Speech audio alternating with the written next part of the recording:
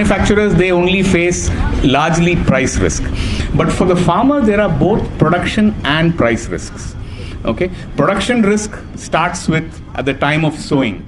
No rains at the time of sowing, no rains at the time of germination, no rains at the time of the plant's vegetative growth, right? So it starts there, and then once the grain filling or the pod formation or the fruit formation starts, then there is a threat of pest attacks. There is a threat of disease. Right? You can have, say, the neck blast disease in rice. You can have bollworm attacks in cotton. And then okay, he has gone through this stage. When the crop is ready, at the time of harvesting, there can be hailstorm, there can be unseasonal rains. Okay, and okay, even after that is over, at the time of harvesting, at the time of marketing, prices crash. So agriculture is the only business in the world where you have both production and price risk. There is no other business where you have both these. So this I call the first law of farming. Okay. The second law of farming is agriculture is the only business where you buy everything retail and you sell everything wholesale. Okay. Most companies, they buy their raw materials in wholesale and they sell their product in wholesale. If you are Walmart, if you are Flipkart, if you are Amazon, you buy everything wholesale and you sell in retail. Farming is one business where you buy everything in retail. The farmer pays retail prices for fertilizer, he pays retail price for seed, he pays retail price for toothpaste, he pays retail price for tractor, he pays retail price for pesticide, and he sells only wholesale. Right? He sells in bulk. He sells in the mandi. Right? So the only way in which you can break this, where if you can enable farmer to also sell retail, is maybe through cooperatives. Like for example, Amul. Okay, you buy here a 1 liter pack of full cream milk for say 52 rupees. I think that is the price now. The farmer in Gujarat, the farmer in Banaskantha or in Kutch or Sabarkantha, he gets around 42 rupees. So he or she is getting about 80% of the retail price. Okay, so you can break this second law of buying in retail and selling in wholesale maybe through cooperatives. Okay, and so now I'll come to the first point which ma'am made about public investment. See, if you look at the 50s and the 60s, India had nothing. We were importing. We had no base, nothing.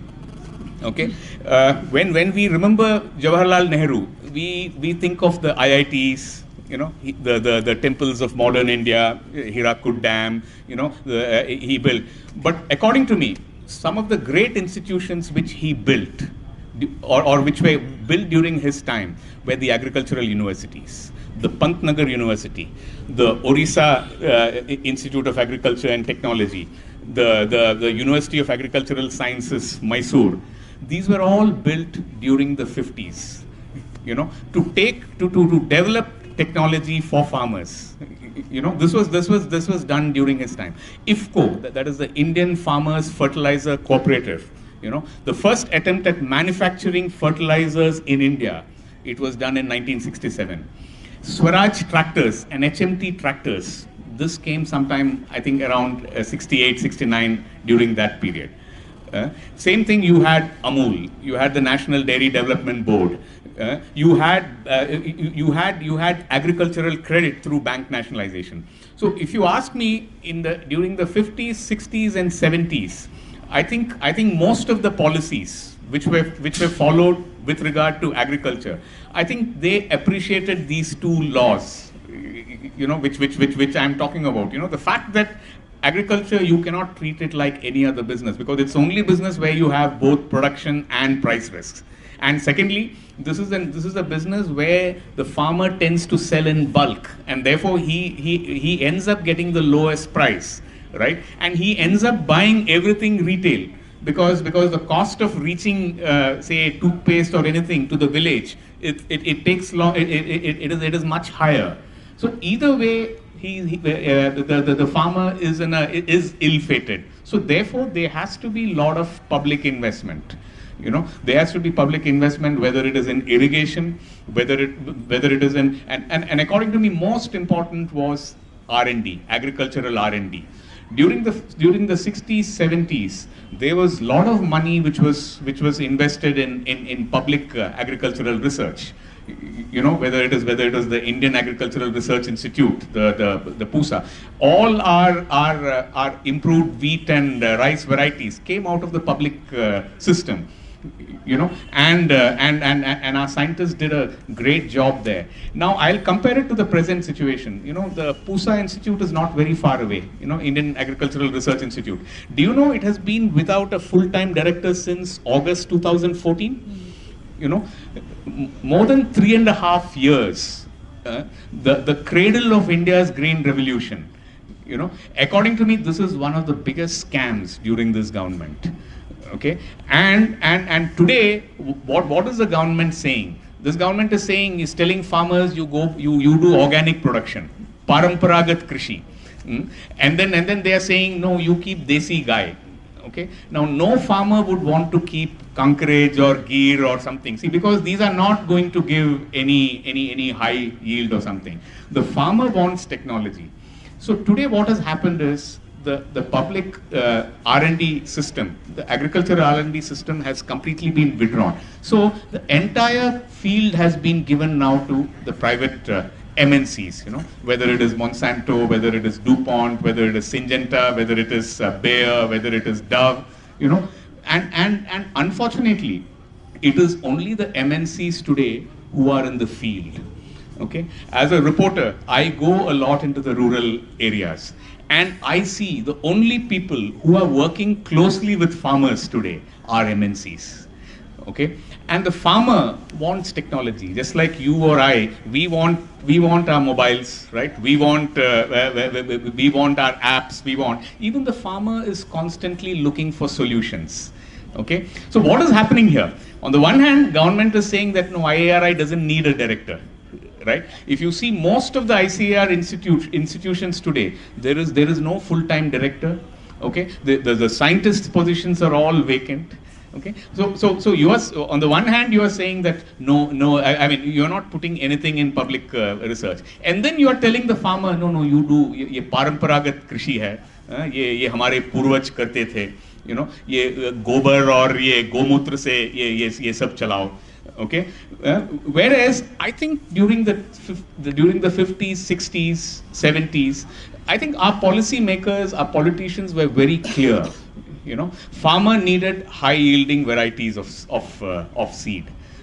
Farmer needs pesticides. Farmer needs fertilizers, and these should be produced largely by public sector undertakings. So you had IFCO, you had CRIPCO, you had National Fertilizers, you had so there was a lot of public investment in this thing happening. I think ma'am mentioned about genetically modified crop technology. Frankly, as a reporter and as this thing, I believe in this technology. Okay, my problem is that this technology is being supplied by Monsanto. Okay, my problem is with the technology supplier. In China is investing heavily in genetically modified technology. Okay, they are investing in the latest whatever agricultural biotechnology this thing, but they are doing it through the public sector. Okay, in India today we have reached a situation today where the farmer today is left with only the choice of MNCs. See, if you look at it from a farmer's point of view, he's investing so much in his crop, right? He wants it to be protected. Okay, so therefore, what does he do? He uses some molecule of DuPont. Okay, which may cost him around 2,000 rupees per acre.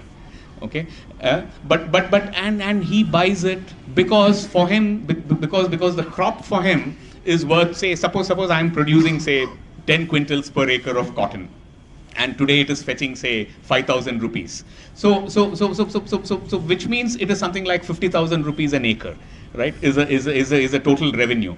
So for him, 2,000 rupees is what he's paying. But now these molecules, these are all patented molecules. These new generation pesticides, they're all patented. They all belong to the MNCs, you know. But the farmer is very clear, I need to protect my crop.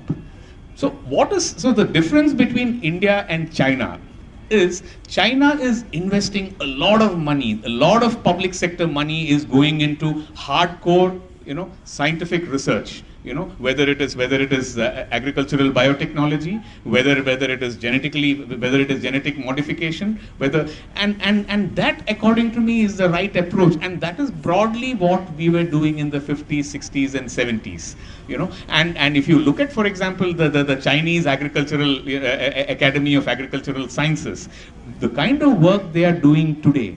Whereas the kind of work today, if you go to this ICAR, now if you go to Pusa Institute, 1 week you will have something on Deen Dayal Upadhyay. Next week you will have something on Nanaji Deshmukh. I don't know whether these gentlemen ever went to farms, you know, whether they have any idea about what is happening in and how does production happen. You know, like for example, now like everybody is talking about, you know, desi guy. You know, if you ask anybody from the Sangh, you ask him how long does it take? What is the age of first lactation for a desi guy? And how much is it for a crossbred? He will not be able to tell you. If you ask him how much of fodder do you need to give, you know, एक दिन में आपको जो है कितना ये भूसा कितना खिलाना पड़ेगा, कितना आपको जो है ये concentrates खिलाना पड़ेगा. They have absolutely no idea. So what is happening is overall the farmer today is confused. He doesn't know what to do. You know, on the one hand he is not getting the right price. Okay. On the other hand, he's being told, no, don't go for don't go for technology. What you did in the 15th century, 16th century is excellent. You know, आपका जो ये परंपरागत कृषि सबसे अच्छा है. You don't put any pesticide. आप कोई fertilizer मत करो. आप सिर्फ you only use this thing ये गोमूत्र और इससे सब चल जाएगा. Now the farmer is very clear that I am not going to do all this. So today what is he doing? So today he is buying Monsanto seeds. He's buying DuPont seeds. You know, I was amazed. I was for 10 days. I was in a district called Nabarangpur in Odisha. Okay, this was about 80% Adivasi populated districts. I found there Monsanto and DuPont selling maize seeds. I found very high hybrid rice seed adoption. Okay, so the farmers are going in for technology. You know, so farmers are just like you and me. You know, they want ways in which they can save water, the way they can raise yields. You know, how to cut down production, so they are just like you and me, and they are searching for technology providers. But today there is nothing in the public sector. You know, whereas if you go to the US, you know, there it is mostly US Department of Agriculture. So all the things which they tell us, they don't do it there. And again, as I said, you know, if you see, like I think in 2012, the US had a huge drought. You know, farmers faced huge crop losses. In that year, the Federal Deposit Insurance Corporation, it spent $36 billion. You know, in protecting farmers, and these were not 5-acre farmers, 10-acre farmers. We are talking of farmers having 1,000 acres and 2,000 acres. So what does it mean? It means they understand these two laws very well. You know, they know that agriculture, you cannot treat agriculture like any other business. It has to be treated in a completely different way. So world over, as ma'am said, the governments protect agriculture. They try to insulate farmers from the global economy. Okay. See, there was a period in India from around 2003 to 2012 when global prices were very high. and India exported, and India's agricultural exports, I think, grew from around $7.5 billion to about $45 billion in a matter of 10 years. Okay, and all farmers, I mean, to some extent, I can say that they benefited. Like in Nabarangpur, from Nabarangpur, many Adivasi farmers, they started growing maize, hybrid maize of Monsanto and DuPont. And most of this maize was getting exported into Southeast Asia. But then what happened is global prices crashed. Okay, if you ask me what has happened in the last 3.5 years during the Modi government, in the initial period there was a global price crash. Okay, so prices just crashed. Okay, and overnight when you had markets, when you had export markets, those all dried up. So your exports fell, and on the other hand, imports rose. You know, so today, like if you see the edible oil imports, whether it is pulses imports, these all have come in. So the farmer was hit both ways. Then I think the other blow which came, that all of you are familiar, that happened with demonetization. You know, suddenly when cash disappeared. See, if you see our agricultural system, you know, how it has been all these years. The produce trading, the people who buy, the traders, they largely dealt with cash, right? If you look at a farmer today, say, I have, say, about 10 quintals of cotton. What I do is, I go to the mandi, I sell my cotton, I sell my kapas, and with that money, with that cash, I then buy my inputs for the next season, and plus I will buy all my kirana. I may buy some cement. You know, I do this thing and then I go back. This is how it has always been. So now what happened is, suddenly you said no. We will traders. Nobody can withdraw more than 2 lakh rupees a day in cash. Okay, so suddenly then the traders started paying farmers in checks. Okay, now checks are completely useless for the farmer because it takes about 7 days to clear. So the farmer gets paid in check. Then he goes to the bank, and the bank will never be in his village. It will be typically in the taluk or the mandal headquarters. So he goes there, he deposits the check. Then after 7 days, you know, then he takes the cash, and then he's told, no, you cannot withdraw more than 25,000 rupees or 50,000 rupees. So what has happened now is, it has become hopeless now for the farmer. You know, I was in Hathras. I was in Hathras, where they grow potatoes. It's a very big potato belt. You know, Mathura, Hathras, Etawah, going all the way to, you know, places like Firozpur and even Barabanki. That entire area is a big potato belt. Aloo ka bahut bada belt hai ye. Now today potatoes are selling for something like, you know, 4 rupees, 3 rupees. You know, typically what farmers do is, when potatoes are ready in say February, they put it in cold storage. Okay, they put the produce in the cold storage, and then they start withdrawing, and then they start selling around the year. You know, and which makes sense, and because, as I said, you know, because the farmer tends to only sell in wholesale, and that too at one go, so therefore the prices go. But because of these cold storages, he's able to sell around the year. But now what has happened is, there is no cash in the market. Because there is no cash in the market, the farmer cannot even pay for the cold storage. Okay, he doesn't have the money to pay around. I think cold storage costs about something like 2 rupees 50 paise or something. So he's just left the potatoes in the cold storage, and they are just leaving there. You must be seeing photographs of you know, ये potatoes, ये आलू को जो है ये रास्ते में डाल दिया है. Actually ये करने वाले ये cold storage वाले हैं. They are the ones who do it. So today, if you see everywhere, you look at soybean, you look at cotton, you look at groundnut, everywhere the prices have crashed. And they have crashed because the trade has no money. They have no cash. And the farmers only deal in cash. Like I was just checking, I'm not able to get my 4G connection even in JNU, even sitting here. So you can imagine how it will be in say remote Sundargarh or in Chhapra or somewhere. And all kinds of things are now being pushed on the farmer. So I think overall the pattern which comes is, you have a system where the government has withdrawn completely. It has withdrawn from research. It has withdrawn from procurement. It has withdrawn from intervening. It has withdrawn from extension. Today when the farmer, the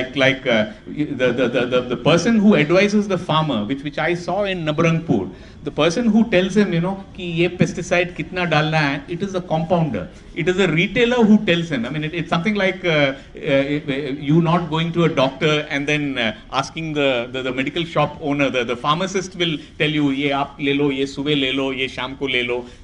So the farmer has been left completely to the mercy of private sector agents. When this is a business where the government really should intervene, it can do a lot and it should do a lot. Whereas today, probably agriculture is the most, it's a complete free trade sector, and Indian agriculture particularly is a complete free trade sector. And I think the consequences are going to be disastrous, because what I see is farmers will slowly start exiting from farming. It doesn't make sense, if I'm not going to, so given a chance, they will exit. And if they exit, what is going to happen? Who is going to bear the consequence of all this? Ultimately, it is going to be the consumer. Okay? Right now, yes, I think after demonetization, हम लोगों ने बहुत ऐश किया. I think in May, I bought tomatoes, potatoes and onions all at below 20 rupees. ये पहले बार, I don't recall ever 50 रुपया जाके I bought all the three, onion, tomato and potato together, and उसके साथ थोड़ा वो क्या बोलते हैं, जो भी ये करी पत्ता और ये सब भी मिला. तो अभी हम लोग सब जो है ऐश करेंगे. There will be no problem. But 2 years from now, there will be nobody to farm. Okay, see, like my daughter thinks that milk comes from a dairy. She doesn't know that it comes from the udders of animals. तो हमको भी पता नहीं है कि ये सब ये आलू कहाँ से आता है. ये तो खेत से आता है. अगर खेती कोई नहीं करेगा, अल्टीमेटली इसका कौन, ये उपभोक्ता ही तो, he will have to face it, because कितना हम लोग इंपोर्ट करेंगे. What are you going to import? Where is the foreign exchange? And now अभी IT sector is also in crisis. तो जो foreign exchange जो मिल रहा था, आजकल जो है वो H1B visa भी अभी मिलना बंद हो गया है. So where is this money going to come from? So according to me, the future of agriculture in India, it can be bright if we focus on the domestic market. If we focus more on agricultural research, which is public sector research, and this has to be solid, this has to be biotechnology, this has to be state of the art, and there are solutions. If China can do it, I'm sure India can do it. We know how China increased its rice production. They did it through hybrid rice. Okay, farmers need modern molecules. Okay, just like when we go to the hospital, we want the best treatment. Okay, farmer is not different. Don't give farmer all this whatever ये गोमूत्र और ये सब वो already अगर ये देख चुका है. Okay, and farmer doesn't need any organic solution. It has to be based on hard science, and we should come back to what we did in the 50s and 60s, where without any resources, people like Jawaharlal Nehru, we built agricultural universities, state-of-the-art agricultural universities. We had the most committed scientists. Today, you go to IARI, the scientists are completely demoralized. पैसा नहीं आ रहा है. पैसा आएगा अगर आप दीनदयाल उपाध्याय के ऊपर रिसर्च करेंगे. अगर आप नानाजी देशमुख के बारे में रिसर्च करेंगे, पैसा बहुत आएगा. अगर आप बोलेंगे कि नहीं, मैं I want to do some work on indigenous cows, हमारा जो द कैटल वेल्थ, आपको बहुत पैसा आएगा. But if you say I want to do research on improving feed efficiency of crossbred cows, आपको पैसा नहीं आएगा. If you say that I want to invest, like you look at, for example, Professor Deepak Paintal, he has developed a genetically modified mustard, which according to me is a wonderful product. It will double our mustard yields. It will bring down our edible oil imports, and this is done entirely in the public sector. Okay, but now we know that these so-called Swadeshis, they have derailed it. They have derailed that project, and they have no problem, and we have no problem in importing edible oils which is entirely genetically modified. But when you say that our farmers should use genetically modified, नहीं, आप तो सिर्फ ये organic और ये परंपरागत कृषि आप कीजिए, आप ये सब मत कीजिए. So I think we need a completely different approach, and according to me, even the left should think seriously about the lessons of the 50s and 60s. And I think definitely research, R&D, public procurement, setting up institutions like whether it was IFCO, whether it was FCI. I think those were quite glorious days. Without any resources, हम लोगों ने वो लगाया. Like we know, like NDDB, how we turned our country self-sufficient in milk. Self-sufficient in wheat, self-sufficient in rice. And today, I think if anybody can support this kind of a project, it is only the left. Thank you. So I think probably we'll have interactions or something, right? No.